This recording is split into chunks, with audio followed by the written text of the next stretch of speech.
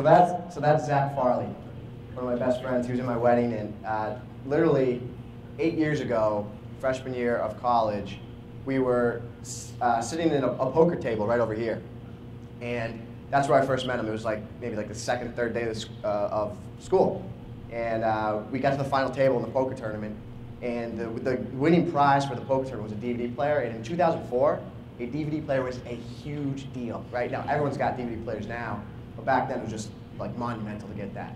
So final table, I go all in. I had king 9. Zach calls me.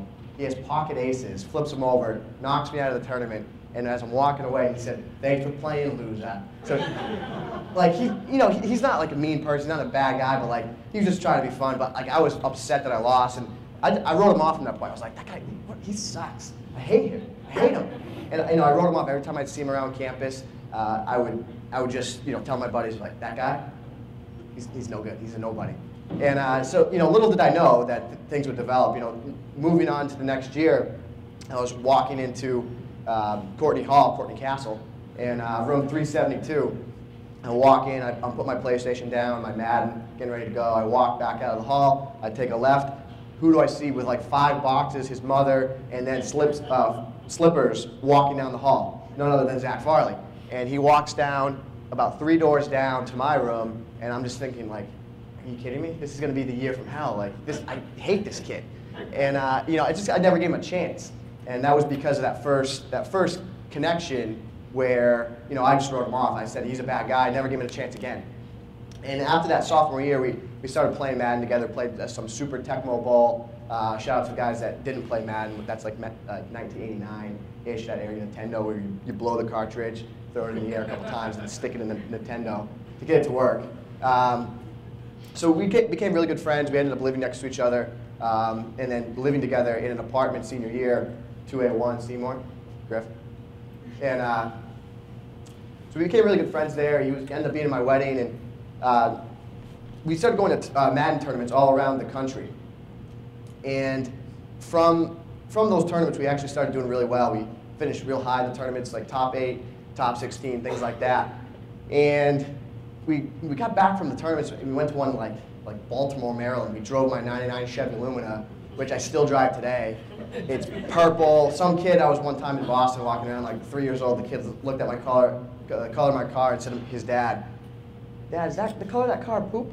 Like literally, like that's the car I'm still driving today, right? And I'm still driving it because it's just a bomb car. And so we're driving back, and in the car we're sitting there talking about how we should put our offense on YouTube, become the next big thing. So we went home, and we put the offense, a whole video is called The Art of the Run and Gun, Madden 08. We put it on the internet, and the flyers to this event said that the video got over 100,000 views overnight. Now that was taken a little out of context. We didn't actually get 100,000 views overnight. It was more so like maybe like 2,000, 3,000, but we still got a ton of views on it. And the whole point of the video was it kind of gave us the idea that when we graduate, potentially this is something that we could do on the side from our regular 9-to-5 job. So the rest of what we're going to talk about, just like 3 important dates, in my life that have kind of changed and moved me on to where we are today. And that first date was May 17th, 2008. That was graduation year for the class of 2008. And here's a picture of Zach and I. He graduated with honors. I did not. Good for him. And so that's a picture, happy as can be.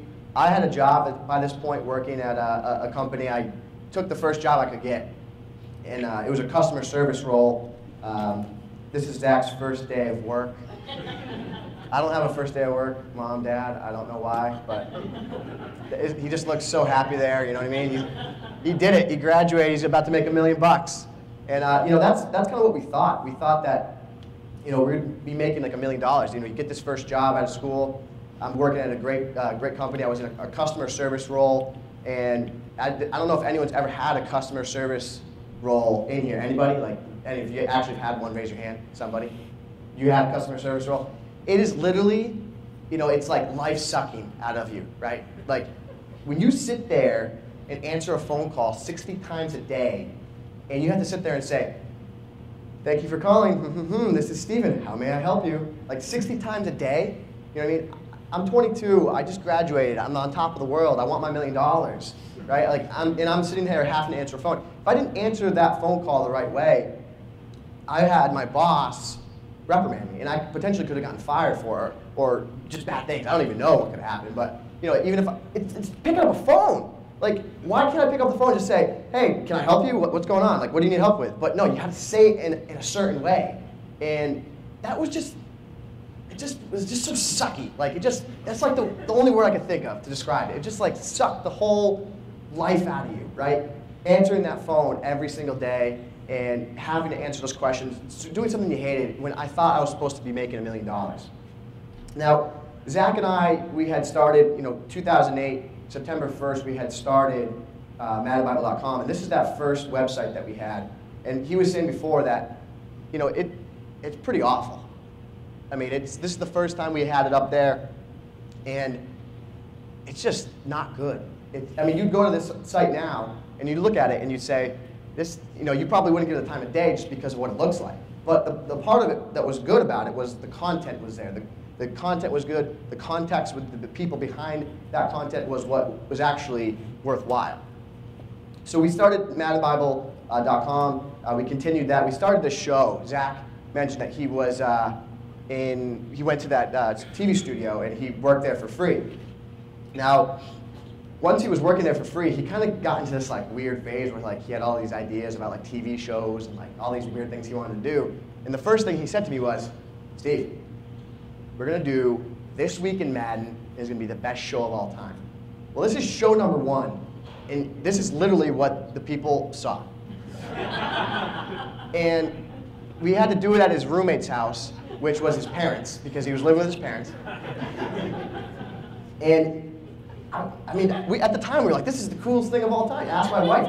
Like, literally, I'd go home and be like, hey, just filmed twin number 2. You know what I mean? Like, haha, this is great. And like, you can't even see us, and we would just sat there in the pitch dark for 15 minutes talking about Madden, and no one could even see us. But the information that we were giving out was good. It was great content, right? And that's what was really most important about what we were doing. Even though the quality was terrible and miserable, we were still actually doing something. We were out there doing it. And that's what really kind of propelled us moving forward. Now, I don't know if you guys know, but this is a phone. And if you see the number 5 in there, I hate that number more than anything on the planet. I want to punch it in the face. That number 5, when I was working at this company in the customer service role, every time I wanted to go to the bathroom, I had to push that excuse my language, damn button. I had to push that button to tell people in an office who's looking at a screen that I wanted to go to the bathroom. I don't know about you, but when you're in college now, you just get up and go, right? You just go and leave, no one questions. You don't even have to come back, right?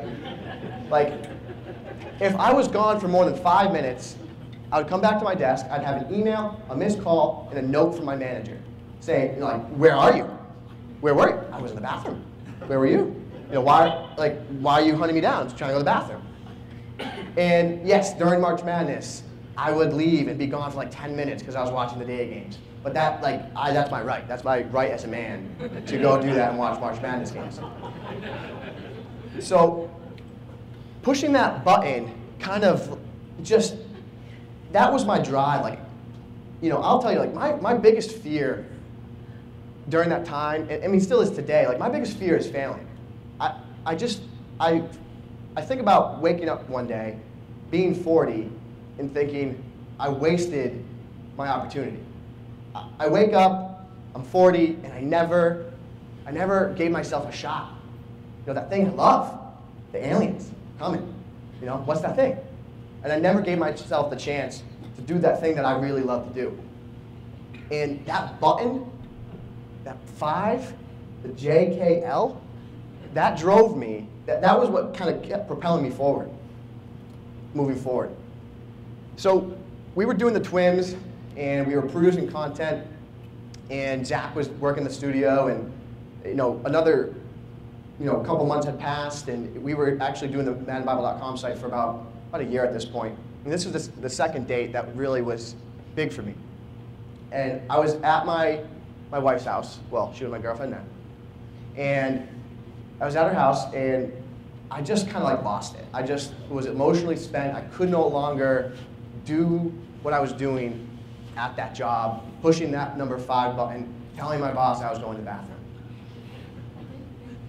I couldn't do it anymore. And so I told her this, and we talked, and she said, I talked to my dad, and my dad saying, Steve, you have a good job. It's paying health insurance. You got to tough it out. And better things will come. They will come. And I'd say back to Dad, Dad, I just can't do it. I can't. You know what I mean? But the thing was, he was right in a part of the way, but I also still think he's wrong. Sorry, Dad. But I understand where you're coming from in that aspect, but I just couldn't do it anymore. So that day, we were filling out applications. I'm laying on her bed, I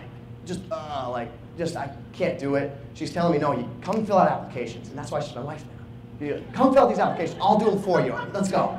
And she's filling out my applications for me. I was trying to become like a campus security police officer or something. I don't know. Shout out to Z if he's out over here. You guys know what I'm talking about, Z. Yeah, well, yeah, he's a good guy. And so we were doing that and working on things, and she went to bed. She goes to bed before me all the time. There's only been about 5 times in our entire relationship she's gone to bed before me, or I've gone to bed before her. And so she was in bed, and Zach sent me an email. This is the email. I took a little screenshot, and he said, "It's an amazing 15 minutes. You will see relevance within 50 seconds. Promise." I'm watching it again. And I almost didn't click it. It's just like, I've just filled out like 5 applications for a job that I'm going to hate in a year, and then I'm going to want to quit again and scrape my eyeballs out and want to get a new job again. Because I think that's what all people do, right? You go from one job you hate to another job you hate to another job you hate, just trying to find a new job. And so then I finally just decided, okay, I'm going to watch it. So click the link. Answering those emails, giving a crap, caring about your user base, that's what you need to do. You need to care about everything, and it starts with yourself. Look yourself in the mirror and ask yourself, what do I want to do every day for the rest of my life? And do that. So that's those 7 seconds. It was a 15-minute video, but those 7 seconds, literally, I heard it a million times. I heard it from my mom. I heard it from my dad. I heard it from my sister, my brother, my friends. You hear from everybody. You got to do what you love. And for whatever reason, this is what clicked for me. This 7 seconds clicked for me. And if you guys don't know who this is, probably don't. His name is Gary Vaynerchuk. And what he does, he's the host of a show called Wine Library TV. And this guy loves wine. Wine's pretty good. And so he did a show every day about wine. He'd get in front of the camera, this camera right here, a little HD flip camera, and just sit in front of it and talk about wine. And he did 1,000 episodes. Now he turned his business, it was making good money. He was like making $1 million a year. Turned it into a $60 million business in a span of like 3 years. And it all kind of started because he was trying to create great content for his user base, but behind that great content was the relationships he was creating on those face-to-face shows. He was creating context behind the content that he was putting out. And when I saw that show, it completely changed my mind of how I was looking at manandbible.com. I was doing it, and Zach was doing it, and it was great. It was awesome. People would be like, "Oh, you got a website, huh?" Like, "Yeah, I got a website. It's cool." Like, "Oh, it's about video games, huh?" It's about video games, yeah. I was embarrassed. To be honest, I was embarrassed of it, right? I didn't want to tell people I was 22, 23, playing video games, like making posts about how to stop this nano blitz. I know that no one knows what that means, but I was so embarrassed, and I didn't want anyone to know. But why should I be embarrassed? It's the alien thing. I love it, right? That's that one thing that I love doing. Why should I be embarrassed of that one thing? So I decided that I was going to 100% copy Gary